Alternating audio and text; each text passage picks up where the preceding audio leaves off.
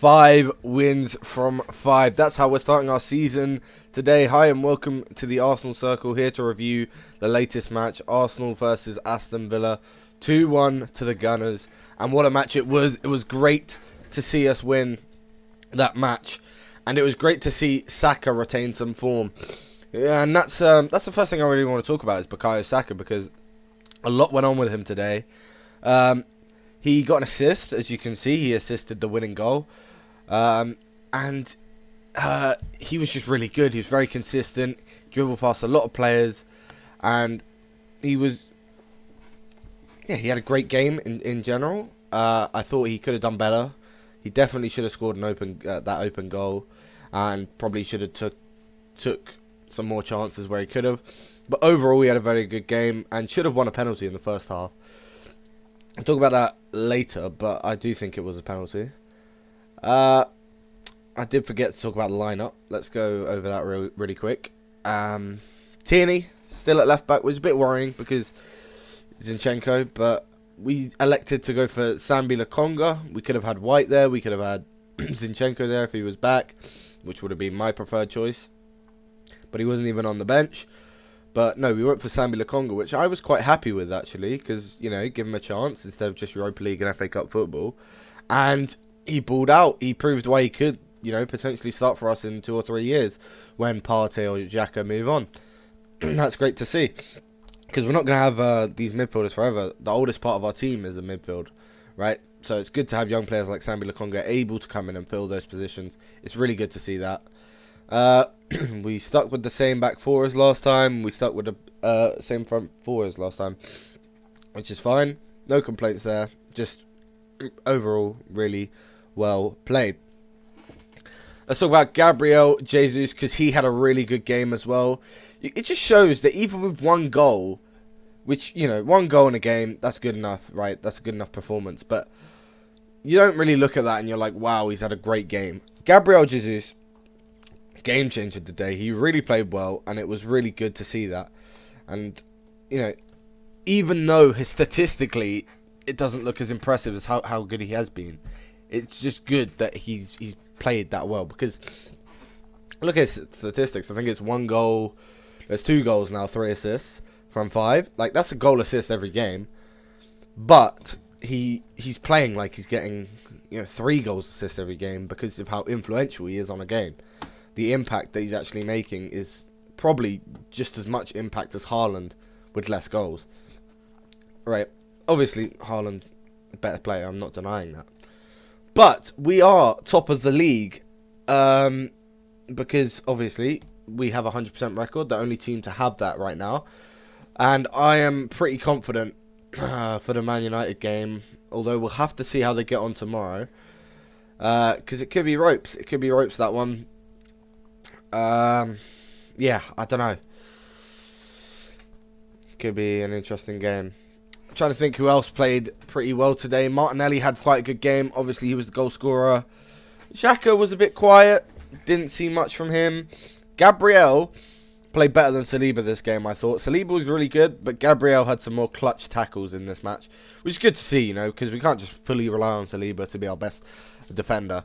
We have to have Gabriel step up to his level as well. Otherwise, we have to sign someone as good as Saliba for that partnership, and I think Gabriel is able to do that job, which is good. Again, we did miss Zinchenko. I think with Zinchenko, we could have made this game a bit more comfortable, maybe not conceded, or, well, to be fair, the goal was from a corner, but maybe we wouldn't have conceded that corner in the first place, or maybe we would have scored another goal with Zinchenko there. He's just that good at starting an attacking play, and that's what I love to see from him. He's just that good. Let's talk about some stats. Now, we dominated the game. In the first half, we could have easily scored 4 times. It was really unfortunate that we didn't. But as you can see here, 22 shots to 4, 9 shots on target to 3, and obviously Jules 1 and possession were all in our favour. Yeah, it was just really good to see us dominate. Another thing, I do want to talk about this quickly, is just moments after the Douglas Luiz goal, we scored we scored straight away after. Can't remember. I think it was the Leicester game that we scored straight after their goals twice in a row, and it was just good to see us bounce back. Because again, remember, last season we conceded to Douglas Luiz We concede that goal. We don't go on to win that match. We maybe even go on to concede another and lose 2-1 instead of just draw 1-1. So it was good that we just bounced back, and you could see we were going to do it straight away. We were firing, and we were just ready to get that winner. Was a bit shaky at the end though. The crowd were incredible. They really pushed us on. I like that a lot.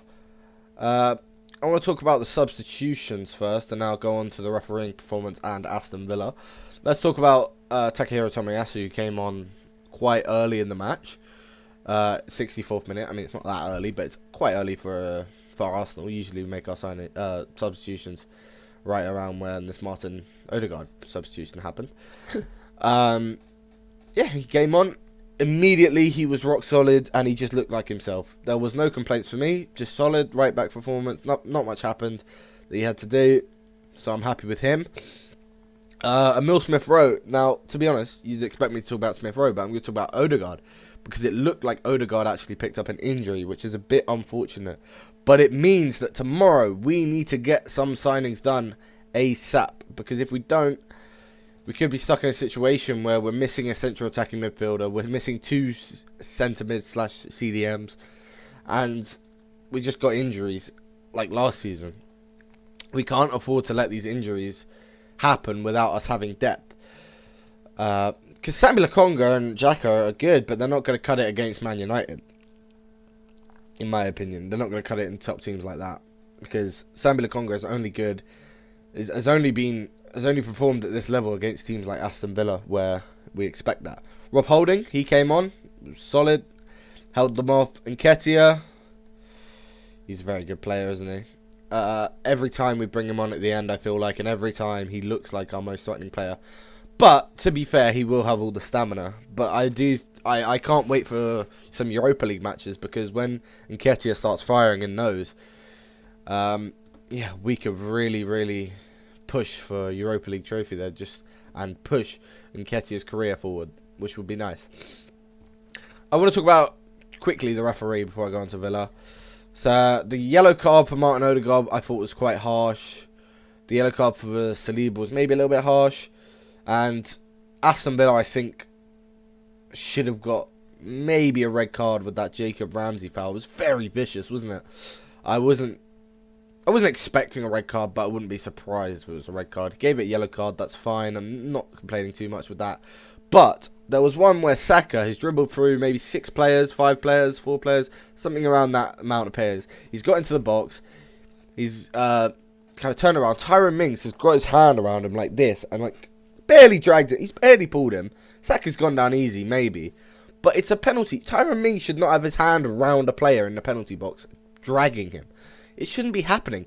He's asking to receive a penalty there. And for whatever reason, they got away with it. No foul. I thought that was a bit weird, but it is what it is. I'm going to talk about Villa, who I thought was good. Watkins looked quite threatening. To be honest, I didn't think anyone was outstanding. Digne was alright. Martinez had a very good game. Seems like all the ex-Arsenal keepers like playing well against us. But to be fair, they didn't have the ball that much, so I can't really tell you. To be fair, the right side as well, Leon Bailey and Jacob Ramsey with Ollie Watkins, they looked more threatening than this left side. I didn't see much of McGinn and Bendia. Kamara looked alright, but I don't know, nothing special from their performance. If I'm a Villa fan, there's no one there that I'm picking out and saying they had a great game. But yeah, impressive. Who scored the corner? Was it a substitute? Yeah, it was. Douglas Luiz came on for John McGinn, and he scored a corner. I think that's his 3rd in 2022. So big props to him. Yeah. Lastly, I'll just go on and talk about the crowd, because I did say early on that we had, the fans were great. But Aston Villa fans were chanting in the match. They were saying when we conceded that Martinez is better than him, and then you got obviously Ramsdale being a shithouse after when we scored straight after. But yeah, the Arsenal fans, man, it's an experience I haven't actually felt in my lifetime. I've been to Arsenal matches that weren't as loud as it came out on my telly. Like, Jesus Christ, we were allowed today, and that was great to see. it was good. Yeah, no, it was just good overall to see that the Arsenal team are Arsenal fans are behind the team and want this team to succeed. And I really think we can. I think, it's too soon to say top four's guaranteed, but I think we've really gonna nail down that spot before the World Cup period, and Chelsea might struggle to get that spot. I think Chelsea are the team that are going to miss out on it. But it was good to see Spurs lose today. So that is all I have for the match today. Thank you all for watching. Please like and subscribe and comment down below what you thought about the match. And it was a very intense one, wasn't it? See you all later. Goodbye.